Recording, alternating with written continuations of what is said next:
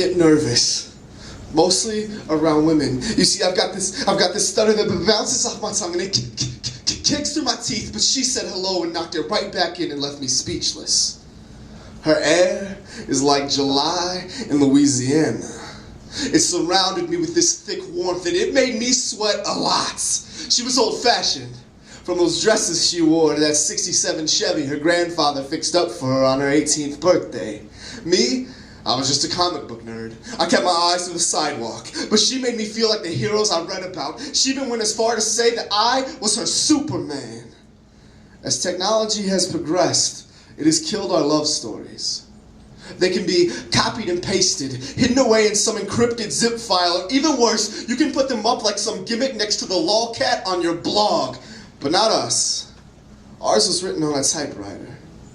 We were old-fashioned like that. Though we had mistakes that could not be erased, that is what made it special. I loved each and every typo. She calmed my fear of becoming like my father. I calmed that white lie she created of fearing the dark, which we both know, so I would hold her tighter while we slept. I still grip those sheets like she can feel them wherever she is. The weeks had bled into months. She had gotten at my core, but I felt like I barely scratched her surface. I said, "Baby, where do you see us headed?" She said, "To the mall and then the record store." I just went with it, because she was sure that's where we were going. More time passed. She had become home to me, but I felt like there were some locked doors, and I said, "Baby, let me in." She responded with her favorite Sylvia Plath quote. She said, "I love you to heaven and back, and hell and back, and have, and do, and will. Everyone in here hates the word cancer." I hear it and smile.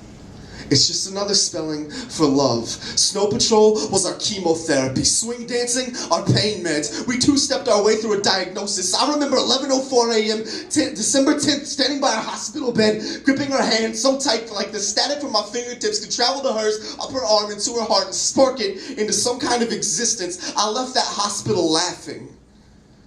I passed the penny fountain she got us arrested for skinny dipping in. Our parents were furious. That July, I went to Louisiana just to feel close to her again. The entire plane ride, I listened to Snow Patrol on repeat, YouTubing videos of swing dancing. Every weekend, I go to the mall and then the record store because she's sure that's where we were headed. I don't get nervous around women anymore. But I still stutter. Because someday, I will see her again.